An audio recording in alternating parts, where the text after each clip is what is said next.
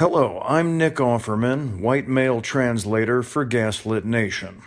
To sum up this week's episode, kleptocracy anywhere is kleptocracy everywhere, and this is a transnational crime syndicate masquerading as a government. Thanks for listening.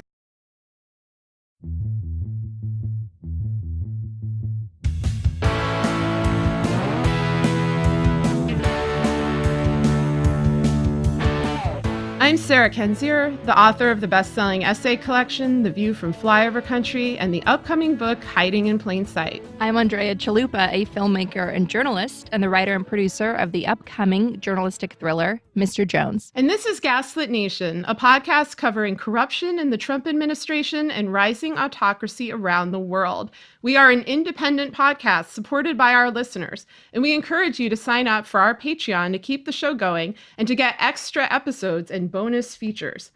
So this morning, we had a big announcement from the House Democrats who said that after a little over a month of hearings, they are introducing two articles of impeachment: abuse of power and obstruction of Congress.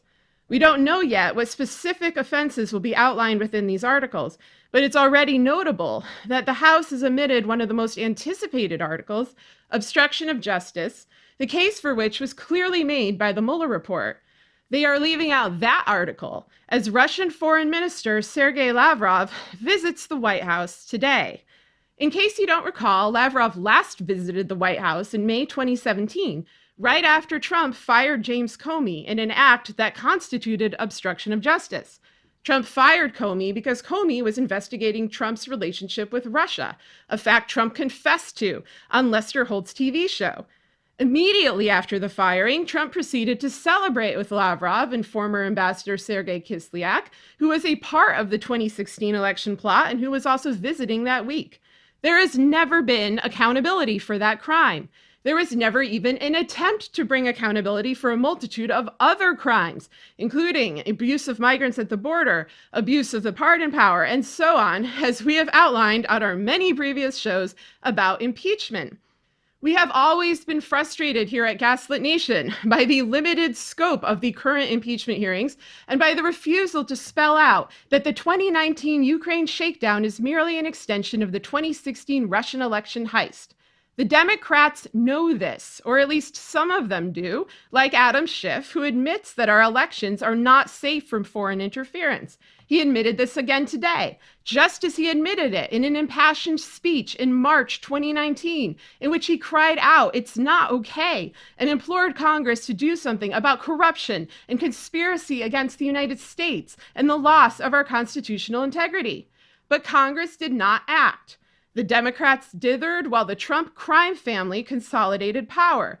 And while it's good that Schiff spoke out today in such a forthright manner, and while impeaching now is obviously better than not impeaching at all, I cannot emphasize enough the danger that we have been put in with so much wasted time. The Trump crime cult did not waste that time. They used it to pack courts, purge agencies, create propaganda narratives, target private citizens, form stronger relationships with other autocratic regimes, and exploit every democratic weakness and flaw, including the Democratic donor class's blind trust in institutions and their refusal to think of the American people first.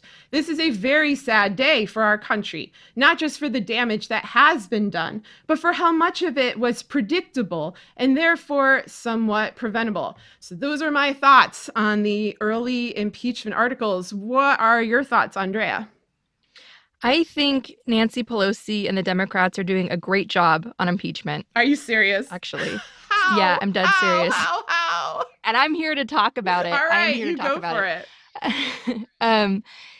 I think in terms of the history books, I think anybody, like any of the guests we've had on to talk about impeachment, can write the book on, here's just a book, a volume of books on all the impeachable offenses committed by Donald Trump and his family. That exists. That's without question that they deliberately are limiting the scope of impeachment.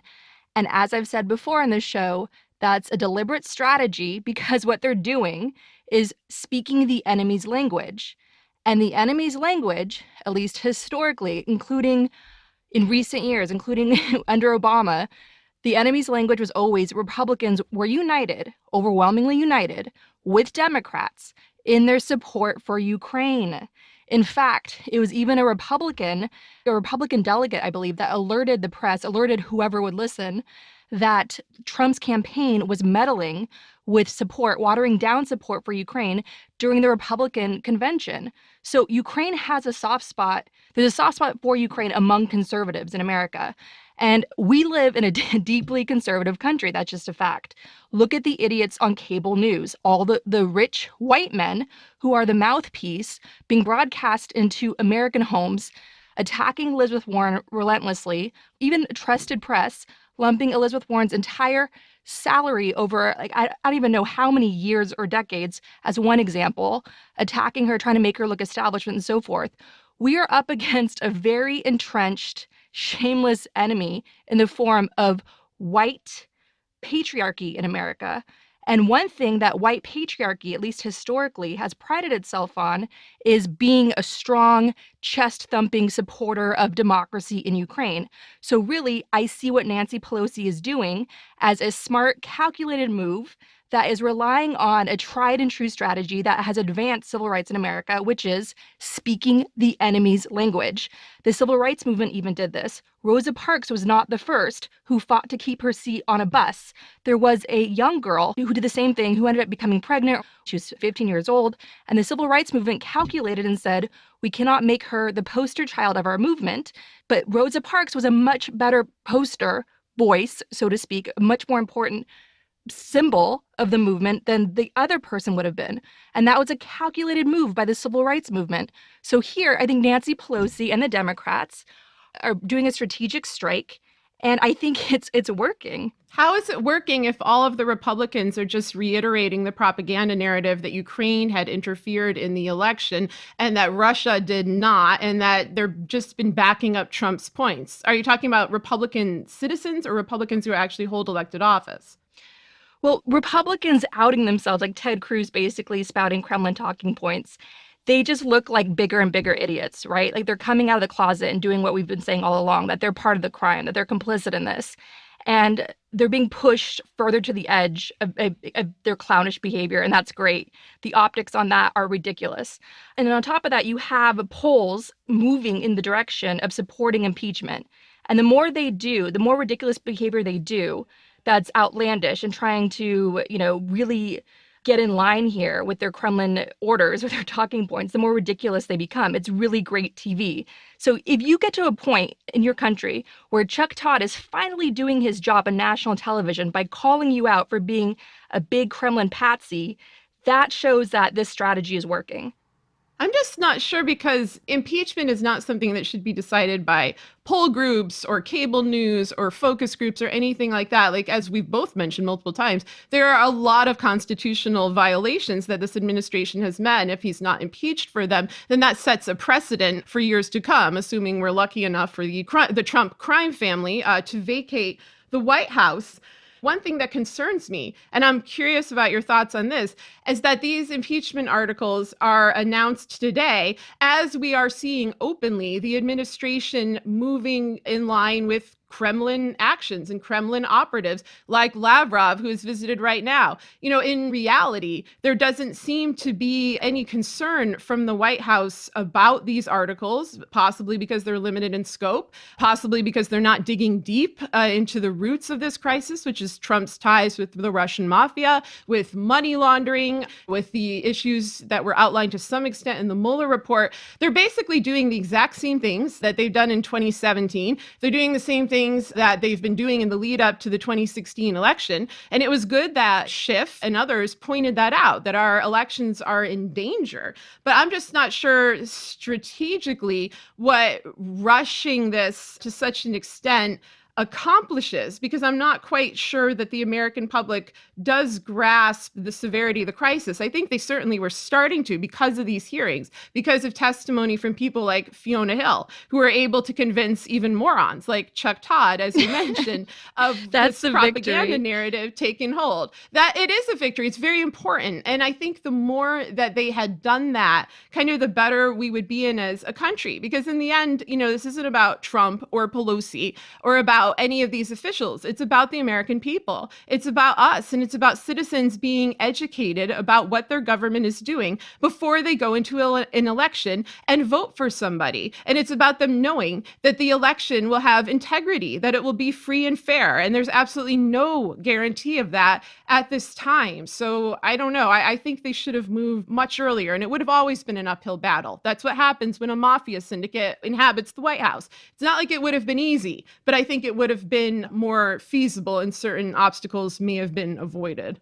One thing they absolutely have to do, which comes into play here, and I wish they would do this, is essentially take a Gaslit Nation approach to the impeachment hearings, basically turn their impeachment hearings into a television marathon of Gaslit Nation coverage.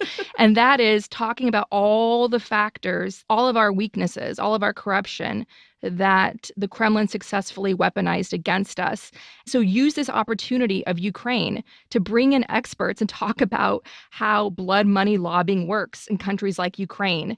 But that's the thing, is if they do that, then they're going to be dragging in their own consultants like Tad Devine and others who are still active for the opposition. Go for it. See, I applaud this. I think you're right. Exactly. I think it all needs to be dragged out in the open. So look, if Sarah and Andrea were eating bonbons and wearing designer shoes with Nancy Pelosi and drinking a lot of really amazing Chianti, this is what we would advise her, okay?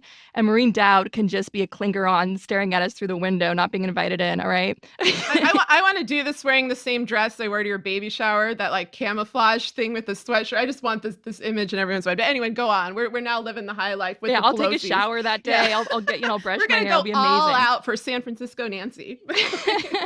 So go Nancy. So we're having a Gaslit Nation slumber party with Nancy Pelosi. And this is what we're saying. Girl, listen, you've got to hold these impeachment hearings until November 1st. All right, November 1st, 2020. Keep the impeachment hearings going until November 1st, 2020, and then you pass it to the Senate and let them fumble the ball. But don't even tell them. Don't even tell them when you're giving it to them. Don't even, you know what I mean? Just be like, well, we need to hear from one more witness on how dark money works in politics. We need to hear from one more witness on how, if you don't have a strong rule of law in a country, on how the Kremlin takes advantage of that and weakens your state and your national security. We need to hear from one more witness on how political parties are co-opted by Kremlin aggression and how golden handcuffs work and how money's hidden abroad and so forth. That is what they should do. They should turn this into an entire televised marathon on how corruption, our own corruption, was used against us successfully. Exactly. No, I think that is absolutely the way to go. And it's beneficial for the country, too. Yeah, I want to say, and this is everything I'm saying, is what Biden, if Biden is the candidate, because that could still happen. If Biden is the candidate, that's the exact point that Biden as VP said to Ukrainians, to their government, when he spoke to the Ukrainian Rada, the Ukrainian parliament. Biden said to them, listen, you need to clean up your corruption because the Kremlin is using your corruption against you. So if you keep the impeachment hearings going along that theme as long as possible, you're going to expose and get into the root of Trump-proofing and Putin-proofing our country.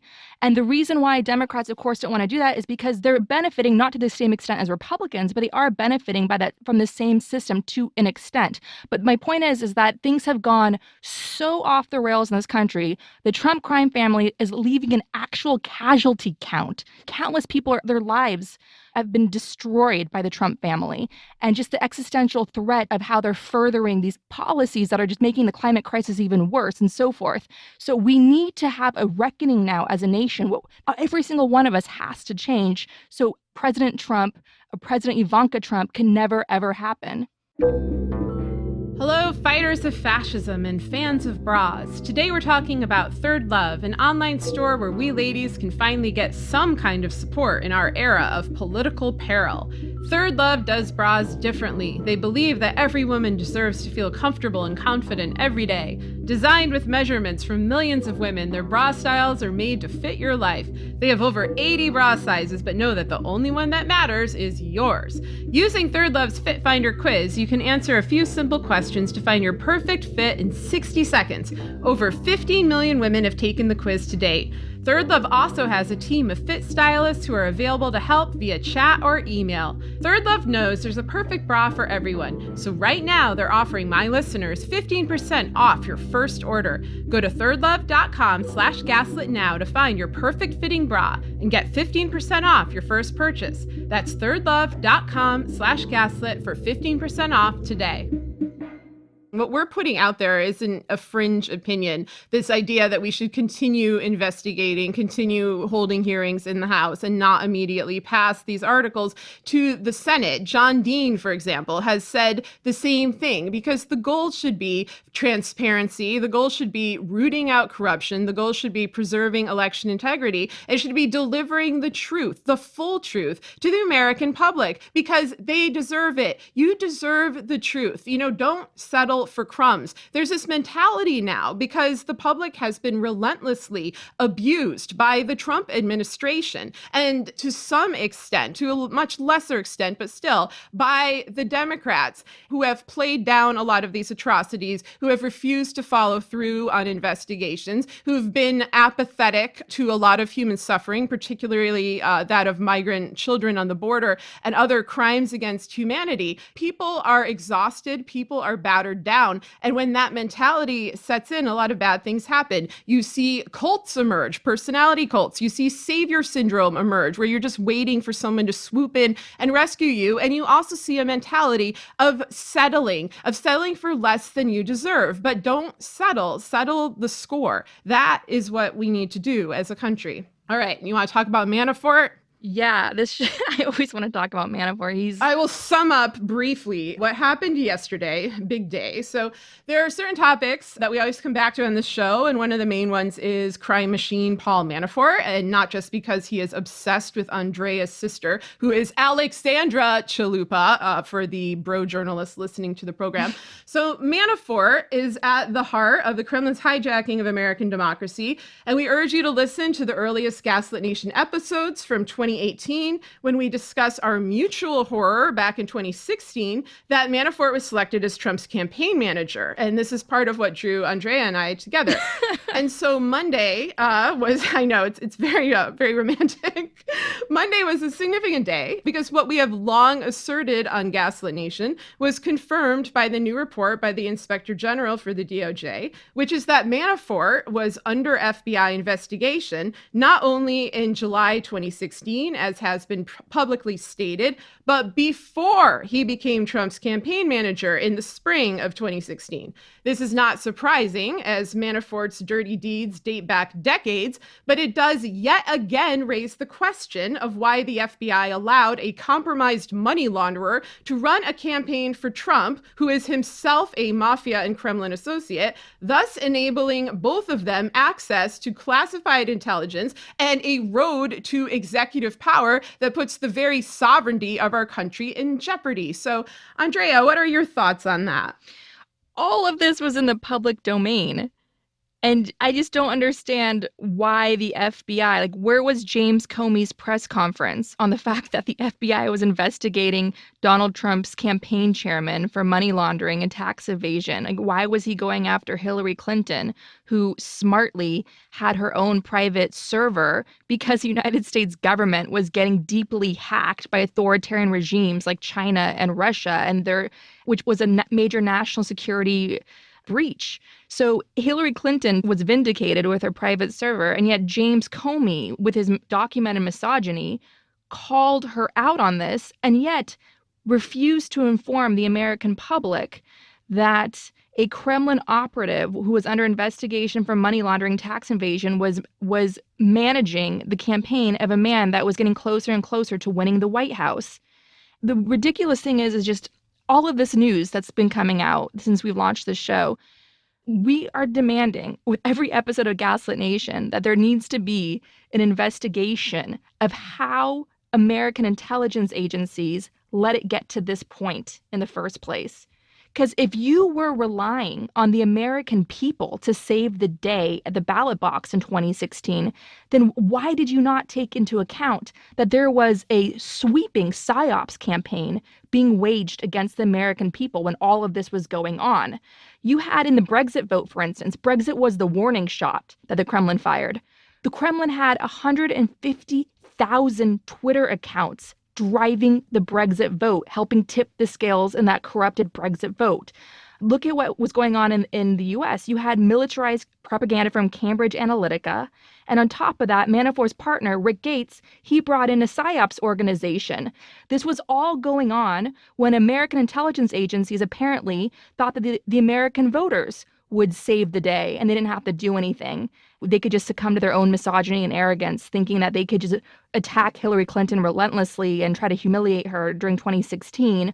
Meanwhile, right in front of their faces, in plain sight, to promote Sarah's book ahead of its launch, you had this massive sweeping Kremlin operation that was relying on new technologies like militarized propaganda across all social media channels that American companies launched. Like, this was a massive intelligence failure. And if we somehow avoid a deepening of this existential threat of where we are now, right, and with a Democrat winning the White House in 2020, that Democratic president, that administration must order an investigation into how U.S. intelligence agencies failed so badly against Manafort and Putin's operation to bring their asset to power in 2016, stealing this election and subverting our democracy. Yes, absolutely. And it's frustrating to me that within the candidates and all of the debates and discussions around this race, we're not seeing discussion of this in forthright terms. I think Warren is the closest when she talks about corruption and when she talks about kleptocracy and, our relationships with other authoritarian states who are not only hostile to their own people, but who have hijacked our own democracy and pose a danger in that respect. But there should be, if we're not going to get hearings on this, which apparently some of the Democrats don't want to do. I think some do want to do that. So hopefully they'll still go in that direction. But if we're not going to get hearings, we need debate. We need answers. We need to remove this sort of untouchability of the intelligence community. It is clear that there are fractures within it. It's clear that there is an enormous fracture within the FBI in 2016, where you saw experts on the Russian mafia, people like Lisa Page, doing their job, trying to, save this country, and immediately are purged after. And then you have operators like Comey talking out of both sides of their mouth. And then you have what appears like a contingent linked to Rudy Giuliani who are helping, move this along, helping Trump ascend to power through illicit means. And then if you look at that historically, you see a number of former FBI directors, including Louis Freeh and William Sessions, who went on to represent the Russian mafia. And the main Russian mobster to whom they're connected is Semyon Mogilevich, whose name pops up over and over again. He is linked to the criminal Maxwell family, Ghislaine Maxwell, who was Epstein's partner. Like, there is a network here. There is, as I've said a billion times, a transnational crime syndicate. And it has not only infiltrated and influenced our own government, but other governments around the world, as you just said, with Brexit. And people just keep beating around the bush with this. I think some of it is they're frightened. I think many people are threatened. I think it's incredibly overwhelming and confusing. And believe me, I have sympathy for everybody trying to tackle it, because we have on this show and also independently for years. And there is so much, I do have a book coming out in April 2020 called Hiding in Plain Sight. It is a sliver of what is out there. It's an overview of the last 40 years. But honestly, we need an encyclopedia of crime. We need books that show up once a month, dealing with each participant. That is the extent of this network and the magnitude of their crimes. Imagine if you had an entire book just about Manafort and everything that, all the shit he got up in over the last 40 years. It's immense. It is very frustrating. And of course it's frustrating, as you just said before, that this was in the public domain, that your sister was the canary in the coal mine going out and telling everybody, hey, Paul Manafort is a a Kremlin operative and a, mafia associate. Perhaps he shouldn't be running a presidential campaign, and instead was targeted herself and not protected and dismissed. And this is just an ongoing pattern. And while honestly, I was frustrated back in 2016 that so few seemed to be catching on to this, but it was new. It was an unprecedented crisis for our country. But it is 3 years later. We have had hearings. We have had expert testimony. We've even had people from the inside, people like Michael Cohen, who are involved in the crime, come out and tell everybody, like, yeah, guys, like, it's the mafia. And you know what else? Trump's not going to step down in 2020. So maybe get prepared for that. You don't hear forthright discussion about this almost anywhere. You get maybe a few sound bites, and that just does an enormous disservice to the American public, because again, this is about the public. This is not about institutions, and this is not about individuals, at least in terms of preserving their greatness. You need to earn the people's trust. So put up or step down. If you're wondering how we got to this point, how Ivanka Trump and Jared Kushner are the de facto president of the United States, how this assembly of autocrats are consolidating their power and basically trying to live above any accountability, from Erdogan to Putin and so forth, we got here because, simply put, savior syndrome. If things are really that bad, somebody must be doing something about it. And a really great sort of case study that should have warned us that it could have gotten this bad with Russian mafia asset in the White House is the story of Harry Markopolos, a forensic accountant who tried to warn anyone who would listen that Bernie Madoff, one of the wizards of Wall Street, one of the most powerful men on Wall Street, was a giant Ponzi scheme. No one would take Harry Markopolos seriously. And he was somebody that was incredibly passionate, very much in the weeds in pulling together all this information. And he had all this damning information, and the numbers don't add up. And Bernie Madoff's a Ponzi scheme. But to say Bernie Madoff is a Ponzi scheme is to say that Donald Trump is a Russian mafia asset in 2016. People thought that you were crazy. People thought that you're a conspiracy theorist. This is just another cautionary tale that if Bernie Madoff is really a Ponzi scheme, certainly somebody somewhere would be doing something about it. Certainly the SEC or the U.S. government or somebody would step in and stop this. It shouldn't be on little Harry Markopolos, a father of 3 and just a forensic accountant. It shouldn't all be on him to stop one of the greatest Ponzi schemes in human history. No. And so that's what this comes down to, is the world is being destroyed because everyone just assumes that somebody else is saving it. That's why Andrea and I are always encouraging you, stand up for yourselves, stand up for each other. As Andrea always says, find your community, build an activist movement. No one is coming. Like, there isn't going to be a magical fix. Even if by some miracle, say Trump is impeached and he is removed, you're still dealing with the GOP, the packing of the courts, the entrenched corruption, the purging of agencies, the gutting of institutions that we need, like the State Department. You're still dealing with the Kremlin. You're dealing with Saudi Arabia. You're dealing with this transnational crime network. These are enormous problems. And then add on top of those income inequality, hoarding of wealth by elites, job loss, all the social ills that we live with every day, and that we shouldn't have to. If you need motivation, look at kids, look at the world that they've grown up in. Look at how they see this as just normal daily life. And to some extent,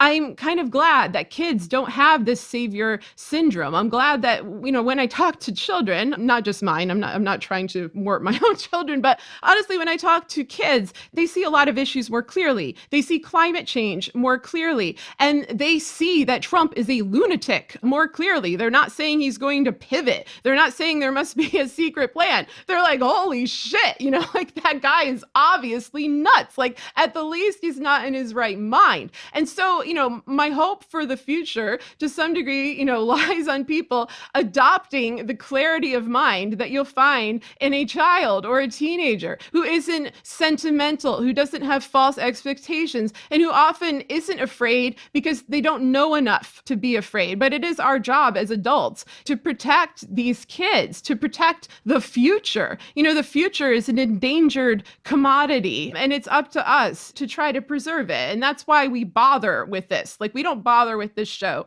or all the things we do because we think all hope is lost and that we are doomed. It is the opposite. We are persevering and we're persisting, in our oftentimes annoying to some people commitment to bringing the truth to the public and to digging deep into everybody's corruption, into everybody's sins against this country and trying to make them right, because you can't fix problems that you won't expose.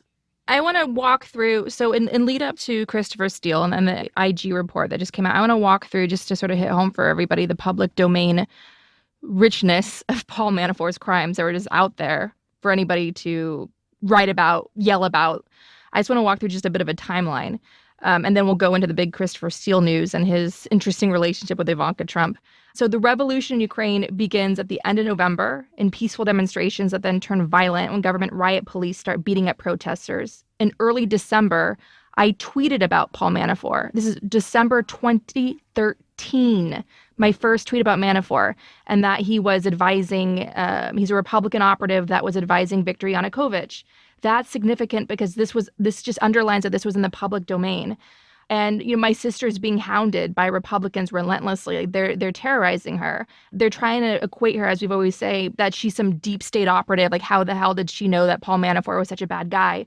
Well, look at my damn tweet from December 2013. That was Paul Manafort's Wikipedia page that I tweeted out. That's how my sister knew before she came into this to try to alert everyone that Putin's Darth Vader was running Donald Trump's campaign. And her hair was on fire telling anybody that would listen, including Republicans. So Manafort, Putin's operative in Ukraine, was paid a $10 million a year contract starting in 2006 to further the Kremlin's interests in Ukraine and the West in business and media. So this was a pretty big deal when he came over, and it was stunning to see just how unprepared American media were at the time, and the FBI just didn't bother to say anything. Yanukovych fled Ukraine in February 2014. He was overthrown in a rare popular uprising that was successful. Ukraine invited the FBI in to investigate, to find the tens of billions of dollars that Yanukovych and his family stole from the Ukrainian people. If you're investigating Yanukovych, you're investigating the people around him, including Manafort, who was a longtime consultant who worked for a decade or so. Yanukovych built himself a Versailles McMansion, complete with a private zoo, a massive car collection, a golf course, sprawling marble halls, paid for with stolen tax dollars. The investigative journalist who helped expose his lavish lifestyle, as well as the lifestyle of some of his cronies, she was ran off the road one night at the end of December and beaten and left for dead. Her face was so swollen you couldn't recognize her anymore. That is what Manafort aided. He was an instrument of Kremlin aggression, spreading the Kremlin's corruption by helping consolidate its power, whether it was in Ukraine or in the United States through Trump and his friends.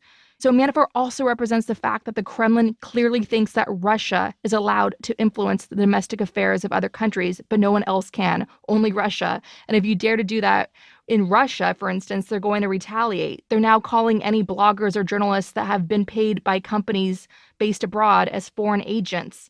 In his meeting with President Zelensky of Ukraine in Paris this week, Putin told Zelensky he needs to change his constitution. Okay, that's how brazen Putin is. Zelensky, of course, laughed, trolling Putin. So Russia gets to go in and dictate and meddle and attack other countries' democracies, but if Western states stand united against human rights abuses in Russia by, for instance, passing the Magnitsky Act, that's outrageous. It was enough for Hillary Clinton to express support for protests against Putin stealing the 2012 election in Russia, for Putin to hold a grudge against her. So Putin can meddle. No one else can do anything that he deems meddling, including supporting a strong independent media and anti-corruption reformers. So this is all significant because when the IG report came out saying that intelligence agency had every right to investigate Russia's influence on the 2016 election and its connections to the Trump campaign, Trump fires back by projecting what it was he actually was doing at the time with his quote, "This was an overthrow of government. This was an attempted overthrow, and a lot of people were in on it, and they got caught. They got caught red-handed." Trump literally sounds here like he's describing the Mueller report or like other stuff that's coming out in the impeachment inquiry. What Trump just said is what Manafort was paid tens of millions of dollars to do by Oleg Deripaska, an oligarch that's close to Putin. What is really troubling is that AG Barr, who is Tom Hagen, he's the mafia consigliere for the Trump crime family and the worst of the Republican establishment, has been for decades. Barr came out attacking the IG report, and then his little like white supremacist looking henchman, Durham, broke protocol by attacking it as well. What they're doing is they're intimidating all the good people left, all the strong patriots left across our intelligence agencies, basically telling them, if you dare to hold the Trump crime family accountable in any way, if you dare to leak, if you dare to begin any investigation that even based on credible intelligence, if you dare to follow up with any information provided you by any foreign intelligence service of our allies from Australia to the UK and so forth, if you dare to do that, we will come after you. So understand that we have this massive intimidation that's going on in plain sight by the attorney general, who's really a mafia lawyer, and by his henchmen. If you go back to that Lisa Page interview that was incredibly powerful in the Daily Beast by Molly Young Fast, Lisa Page laments what has happened to her beloved DOJ. Well, what happened to your beloved DOJ is what happens in a lot of wannabe authoritarian states with these wannabe autocrats at the helm. The institutions get purged, and it happens very, very quickly. Institutions are only as strong as the people in them. And if you purge those good people and fill them with lackeys, the rule of law suffers, democracy suffers, and that's where we are now. So speaking of the Inspector General report, should we discuss the new revelation about Christopher Steele, which threw me for a loop? Yeah, and his pen pal Ivanka Trump. Yeah, so Christopher Steele is best known for writing the quote-unquote Steele dossier, the documents that were leaked to BuzzFeed in January 2017, which referenced the infamous alleged P-tape. We have now learned that Christopher Steele has had a relationship with Ivanka Trump nearly a decade before he was hired by Republicans who were working with Fusion GPS to examine the Trump campaign. And just a little recap of Steele's findings. When Steele was doing that research for Fusion GPS, which was eventually used by the Democrats, he was horrified by what he found, especially his primary contention that Trump had been cultivated as a Kremlin asset since at least 2011. Steele spoke anonymously with David Korn of Mother Jones, who wrote an article that came out on Halloween 2016. That article was published. That is how we met. That is how you and I met. It's true. That is the night that Andrea and I first interacted, because I went out trick-or-treating with my kids, came back, and my timeline looked like a John le Carré novel. And, Andrea and I both were like, wow, so there's someone else out there who heard that Trump had some kind of disgusting illicit sex in Russia that has been taped and will possibly be released to the world. So yeah, the beginning of a beautiful Yeah, that's friendship. what I tweeted. I tweeted Trump sex tape, launching the hashtag Trump sex tape. And Sarah was popped in my DMs, and our lives have never been the same. Yeah, it's really, really beautiful. Trump sex tape, Manafort mafia schemes. That's the bonds of an enduring friendship right there. David Korn publishes this article. Meanwhile, the New York Times is publishing a bunch of propaganda about how the FBI says that Trump has nothing to do with Russia and wasn't investigating it, which we know is a total lie. Steele was also horrified, allegedly, by that New York Times article. Since then, Steele has largely been in seclusion. There have been a number of reports that his life has been threatened.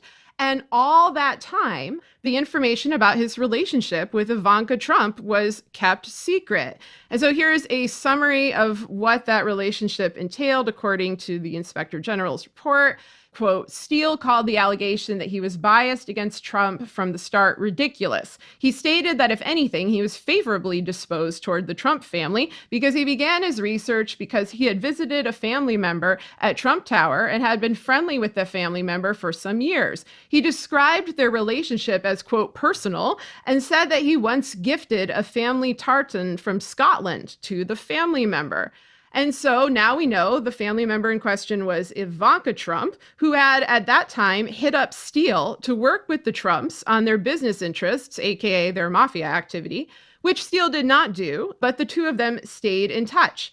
This relationship started around 2007 which would place it right after Ivanka had flown to Moscow with mobster turned sometime FBI informant turned mobster again, Felix Sater, right after Manafort moved into Trump Tower in 2006, right after Alexander Litvinenko, the Russian dissident and former intelligence member, was poisoned to death in the UK, also in 2006. That was a case that Christopher Steele, in his capacity as an intelligence officer, was examining.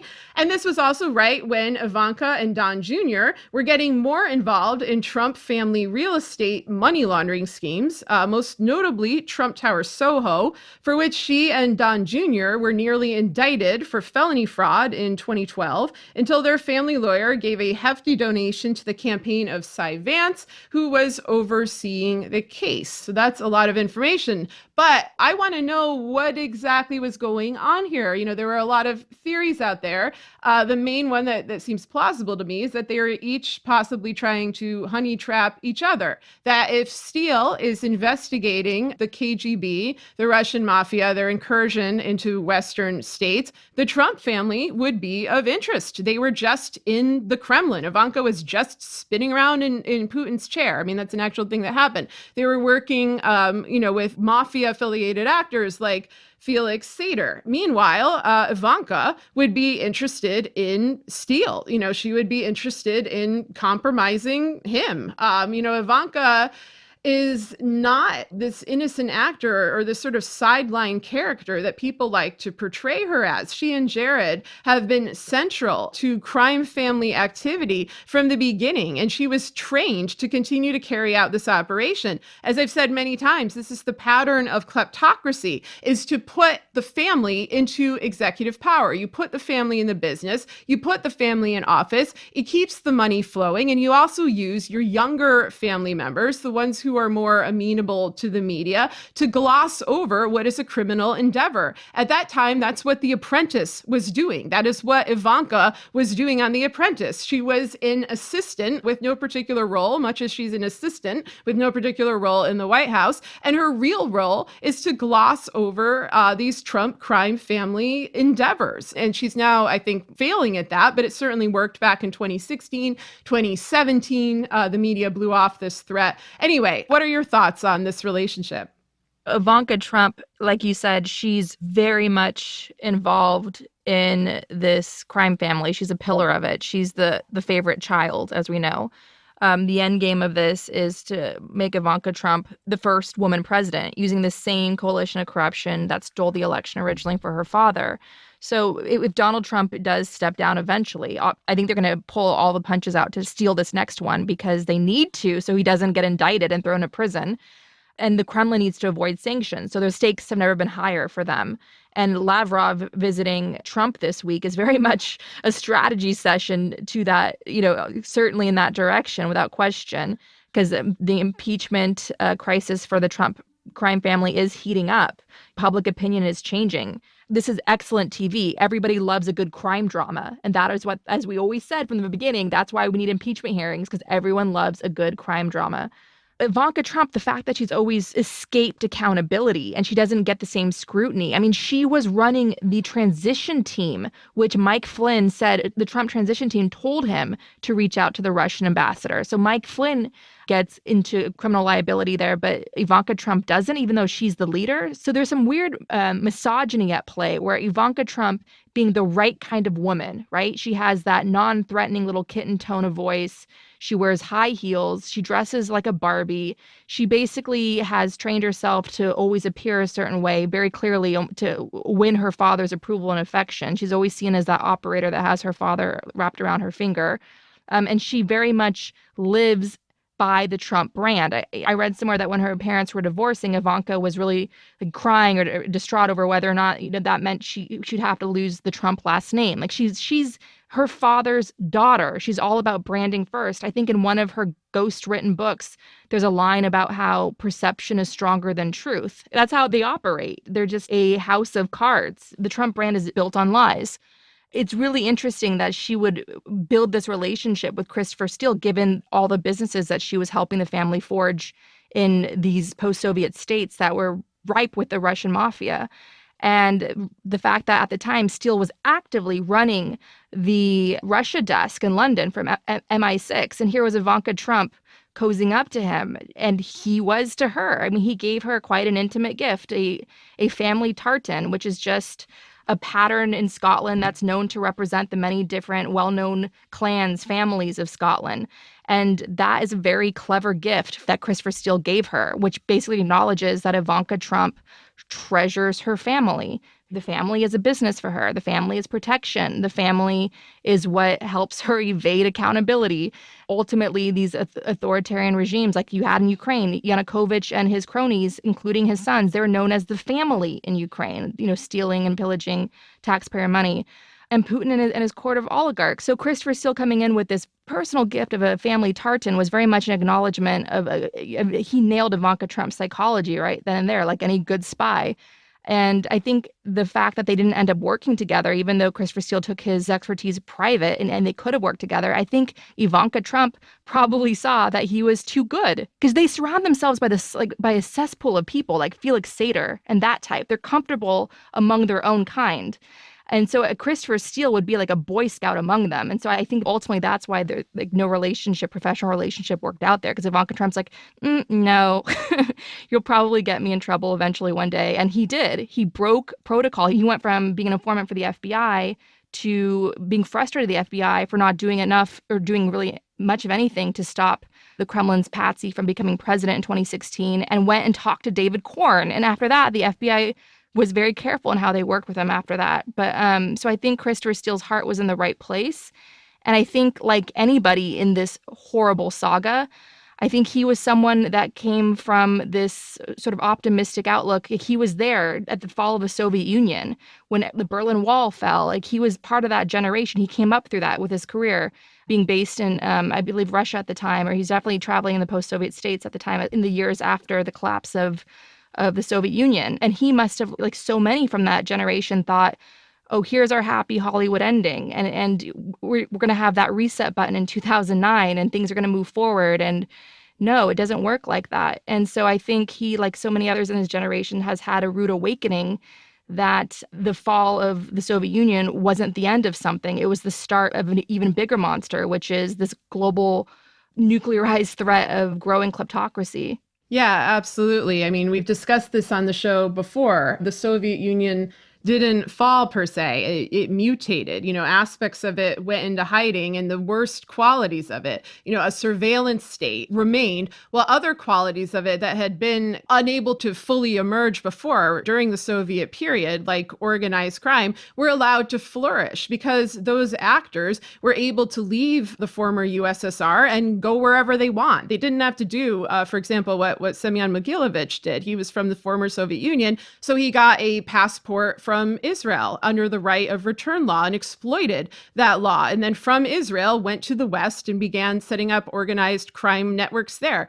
At this point, they can go everywhere, which is why the phrase Russian oligarch is often very misleading. These men, the people who are involved in this organized crime network, tend to not have any real fealty toward any country. They are tied to the Kremlin. They are an apparatus of the Kremlin. They're a leg of the Kremlin in the sense that they help hold it up and the Kremlin helps hold up it. And so oligarchs, mafiosos, and the KGB are intertwined, but the objective is extremely different than it was during the Cold War period. This is not a battle of nation states. This is a battle between a tiny group of billionaire elites with sadistic impulses, highly involved in money laundering from all over the world. This is not a group that you can track by ethnicity or by even country of origin or anything like that. They work together. It is a transnational crime syndicate,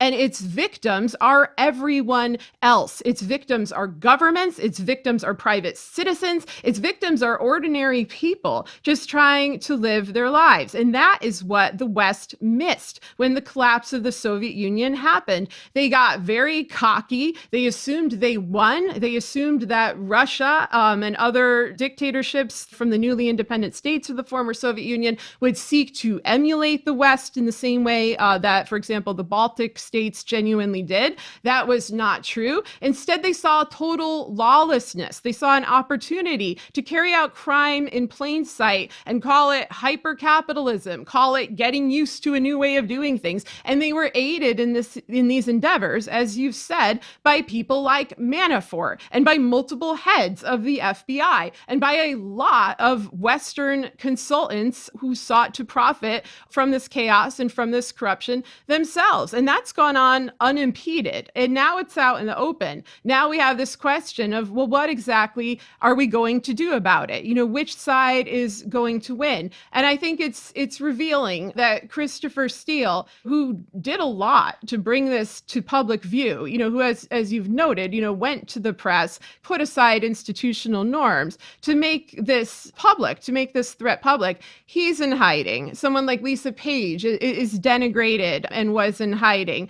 Someone like Reality Winner, who brought forward proof of election interference, is in prison, while Sergei Lavrov sits in the White House. That is the state of affairs today. That is the moment that we're in now. And that is why I fear for our wasted time over the last few years as people struggled to just come to grips with the minimal facts of this horrific story. It's just going to be a matter of committing ourselves generation by generation to unraveling this mess, and no one's coming to save us. It's up to each and every one of us showing up to save ourselves and doing the work that is required and staying vigilant now until our final breath. That is the commitment now, because no one else is doing this work. We must do this work. And we saw it here in our own country when Obama, first Black president, 2008, a euphoric moment for our country. We all celebrated, and then we went home. And then over those 2 terms, Karl Rove and the American far right engineered a massive hijacking, state by state, turning all these state governments deep red and chipping away at the progressive infrastructure that got Obama elected in the first place. So the time of sleepwalking is over. All of us have to stay engaged. We're in the fight of our lives. And we cannot be an autopilot. We cannot be sucked into some Facebook machine thinking that we're making a difference by arguing with random people on there. You have to go to the Gaslit Nation Action Guide on gaslitnationpod.com, choose one area on the action guide and dedicate yourself to it and show up. Nothing is stronger than showing up, going out in your community, building your community, fortifying your community. And so as we're entering 2020, it's not about which candidate. Any candidate will stop the bleeding in 2020. What it is about is a generational effort to confront what got Trump elected in the first place, from corruption to white supremacy to rampant misogyny to a massive, alarming decline of newsrooms across America. And the reason why we're always going on and on about Elizabeth Warren is because she is the one, more than any candidate in our opinions, that is presenting it this way. We have built a democracy on the premise of a free and independent press. We count on a press coming in from the outside and holding our leaders accountable, doing the independent investigation, holding the rich and powerful's feet to the fire, but particularly our political leaders. It is a critical part of who we are and what we do. And it is part of the reason I want to call out in particular the death of Khashoggi at the hands of the Saudis. It's not only that the Saudi government and the Saudi leader was clearly involved, the evidence shows clearly involved in killing someone who was working in the United States and of course ends up in Saudi Arabia, but it's that it was a journalist. It's that a powerful political regime said, who threatens us the most? It's a journalist. It's someone who investigates and who is determined to reveal the truth. And that ultimately is what undermines dictatorships. It's what undermines the powerful who are trying desperately to hang on to power. So I believe we need a free and independent press. Part of it is I don't think the President of the United States should be directly attacking the press. How about that one for an opener? I don't think the President of the United States should be withdrawing press credentials from solid places that are out doing investigative journalism, but to do it as punishment, because the president doesn't like the coverage that he's getting. I also want to just mention one more part. I'm really worried about buying up the press, different outlets, particularly what this means for local reporting. We talk about this some at the national level and a president who's clearly trying to undermine a free press, but it also matters in small towns. It matters in rural communities. It matters, shoot, it's starting to matter in mid-size and big cities. When you lose the local press, you lose local accountability. You lose someone who really will investigate what school board is up to. Look, and most of the time they're doing good stuff, but it's good to have the press there to check it out and to make sure that everyone is informed. So this is a place where we could have a direct effect in policy. The mergers that the Department of Justice continues to approve that just mean fewer and fewer reporters at the local level and more predigested one point of view that's being shoved into the system by a bunch of local newspapers that are all, in fact, not local anymore and all owned by one national outfit, not only undercuts competition, it undercuts our free press. So I'll enforce the laws on that. So I hope that's helpful.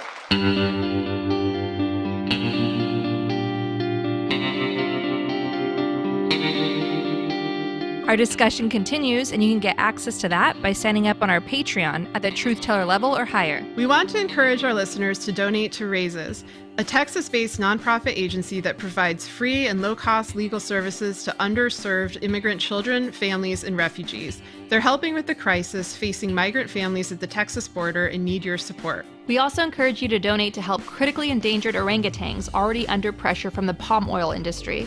Donate to the Orangutan Project at theorangutanproject.org. Gaslit Nation is produced by Sarah Kenzie and Andrea Chalupa. If you like what we do, leave us a review on iTunes. It helps us reach more listeners. And check out our Patreon. It keeps us going. Our production managers are Nicholas Torres and Carlin Daigle. Our episodes are edited by Nicholas Torres, and our Patreon exclusive content is edited by Carlin Daigle. Original music in Gaslit Nation produced by David Whitehead, Martin Vissenberg, Nick Farr, Damian Arriaga, and Carlin Daigle. Our logo design was donated to us by Hamish Smith of the New York-based firm Order. Thank you so much, Hamish. Gaslit Nation would like to thank our supporters at the producer level and higher on Patreon: Adam Ingersoll, Adam Levine, Alan Liu, Angela Harvey, Ann Marshall, Becky Karush, Brian Tahuden, Carl Hosier, Carol Golstad, Carolyn Friend, Catherine Anderson Carina, Kathy Kavanaugh, C. Baker, David Boudreau, David Porter, Diana Gallagher, D.L. Singfield, Dorothy Komarick, Eric Kaplan, Irina Guardia, Ethan Mann, Fontaine Carpenter, George Hughes, Gordon Shumway, Gustav Halsby, James Tolley, Jared Lombardo, Jason Benke, Jason Rita, Jeff Thompson, Jen, Jennifer Slavic, Jans Alstrup Rasmussen, Joel Newman, John Dembro, John Ripley, Karen Crouch, Kate Cotton, Kelly Ranson, Kenshiro Nakagawa, Kevin M. Garnett, Kim Mellon, Christy Vital, Lawrence Graham, Leo Chalupa, Woo! Lisa LaFlame, Lorraine W. Todd, Louis Mitchell, Luke Stranid, Mandy Farapur, Marcus J. Trent, Margaret Moe, Margaret Romero, Matt Perez, Maureen Murphy, Michael Woodridge, Michelle Dash, Mike Tripico, Nicole Spear, Ray Alba, Rhonda White, Rich Craw, Robert Wojcicki, Ryan Byrne, Sonia Bondanovic, Solomon Hikes, Tanya Chalupa, Victoria Nordgren, Victoria Olson, Zachary Lemon, Zap Rousdower. Thank you all so much. We could not make this show without you. Thank you.